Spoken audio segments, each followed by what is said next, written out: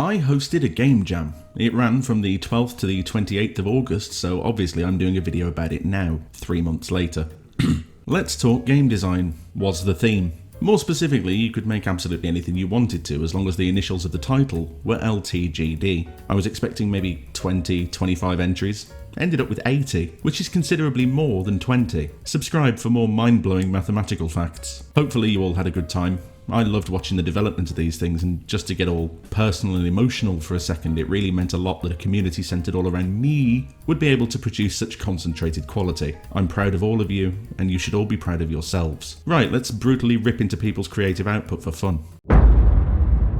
In at number 10 is Little Tile-Based Game of Dungeons by Katetastic. This is, according to the description, their first game ever, and it's kind of an honour to be able to say, hey, I inspired someone to bother making games. Although obviously after that I hope it's a good one. Thankfully it's lovely. It's a top-down maze dungeon game made in Pico 8, with a couple of clever puzzles like those bits in Pokemon where you're in a cave, or an ice cave, or some other kind of cave. A lot of caves, basically, which makes sense because it's a little tile-based game of dungeons. Adorable, easy to understand, not too difficult, which is good for my dumb brain, and an excellently polished first game ever. Very well done.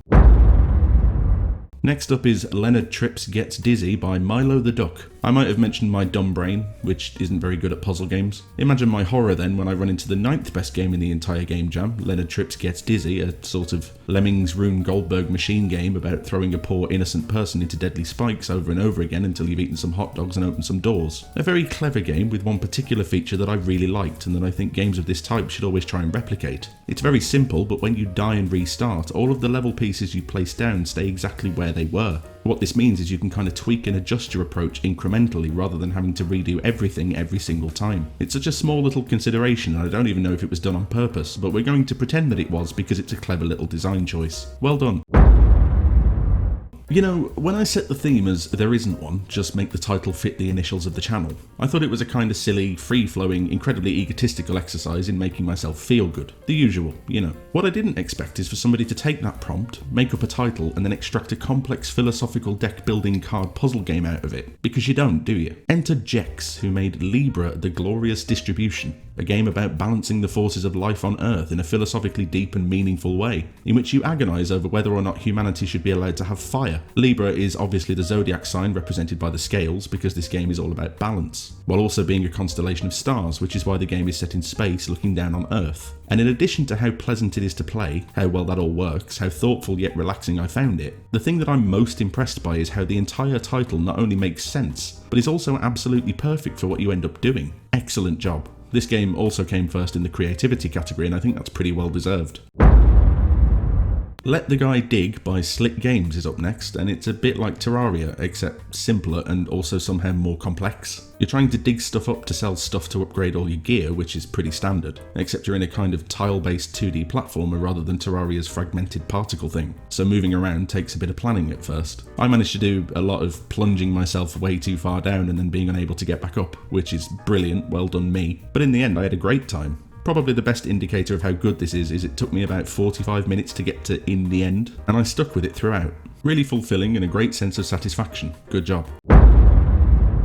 No, that's not a typo, there really are 3 games tied for 4th place. First of which, in no particular order, is Lead the Gargoyle Jewels by Freelude. I don't know if I've ever mentioned in a video before, but I am absolutely awful at puzzle games like this. Which is not to say this isn't fantastic, because it is, it's just that I'm not the best person to show it off. Which is probably unfortunate, given I'm the one making a video about it. Just take my word for it that this is a very well made, actually very well polished puzzle game with all the usual Puzzle Fighter, Tetris Attack, Puyo Pop type mechanics of puzzle combat, in which if you're really good at it, you'll feel amazing and have a great time, and if you're me, you'll do really badly, but still have a great time.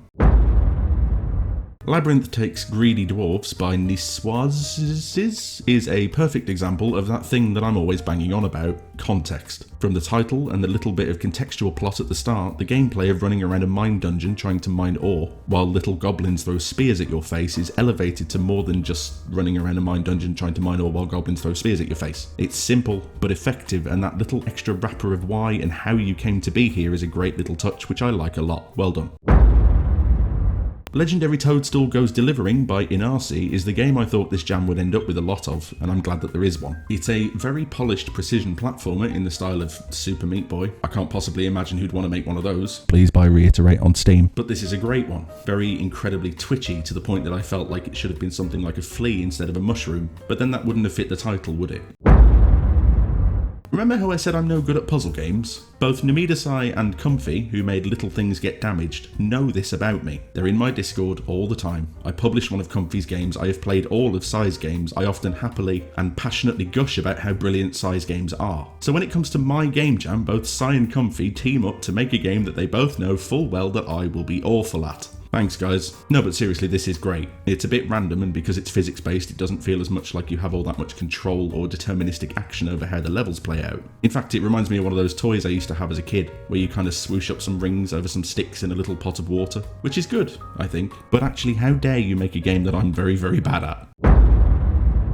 If the last game was someone making something they thought I wouldn't like, then this one is someone making something they know I will love, and they're not wrong. Little Triassic Get Down by Goofy Blocks is a pretty authentically made 8-bit platformer that'll bring to mind classics like Bonk and in some cases Adventure Island. It also goes the extra mile by making sure that not just the game but every level fits the naming scheme of the jam. And the level design in here is so fantastically 8-bit that it's just an unfair life system away from basically being a NES game. You've got pixel perfect jumps, you've got a 4:3 aspect ratio, you've got pixel art, you've got a banging soundtrack, you've got a publishing contract, to be honest, if you want one. Before we wax poetic about the incredible winner of the LTGD LTGJ, I want to talk about a few entries that I played that I think you all deserve to look at for some reason. So welcome to... This is Let the Goat Dance, a team entry by 5 different people, and it's a little bit fantastic. There's a dancing goat. Some people clearly don't want him to carry on dancing because there's fruit and shoes coming in from the audience, so you, as a connoisseur of the artistic medium of podium dancing, need to protect him with some equalizer bars. It's simple, fun, polished, and there's a bit where this happens.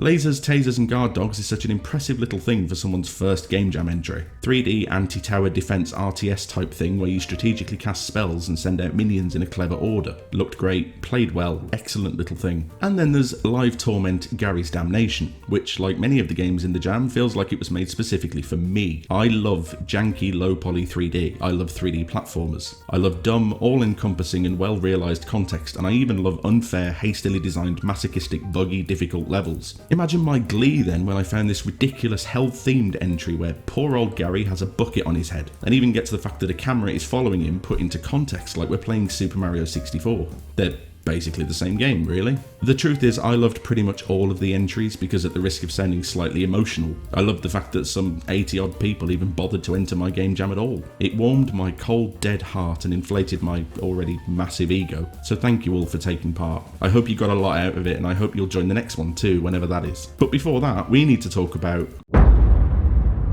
A recurring theme with these entries is that I feel like a lot of you paid attention, and I'm very proud of that. None more so over the time I've been doing this channel than young Space Spy and his game dev partner Ian the Bee, who've taken everything they know I like about video games and basically made me a video game. Lethal Toxic Goo Dungeon is part of the reason why this video has taken so long to make, because I keep playing it. It's a fast-paced, simple, ironically very clean game with a lot of polish and juice in all the right places. Just enough screen shake, just enough player speed, just enough enemy variety, just enough challenge. It is in a microcosm basically perfect. It's something that could be expanded, iterated upon, enhanced to a retail release level if they wanted to, and it's also a top-down twin-stick shooter, so it's basically ideal for me. Absolutely incredible and a worthwhile winner of the first ever Let's Talk Game Design, Let's Talk Game Jam. But the truth is, we're all winners. You all win because you got an opportunity to flex your muscles and try out some of the stuff I cram down your throat on this channel. And I win because I get to play a lot of very good games from very talented people who, in an absolutely godly boost to my ego, are clearly actually listening when I talk, and nothing could possibly be greater than that. Like this video if you liked this video and subscribe for more videos like this one, and I will see you the next time I'm thinking, hey, let's talk game design.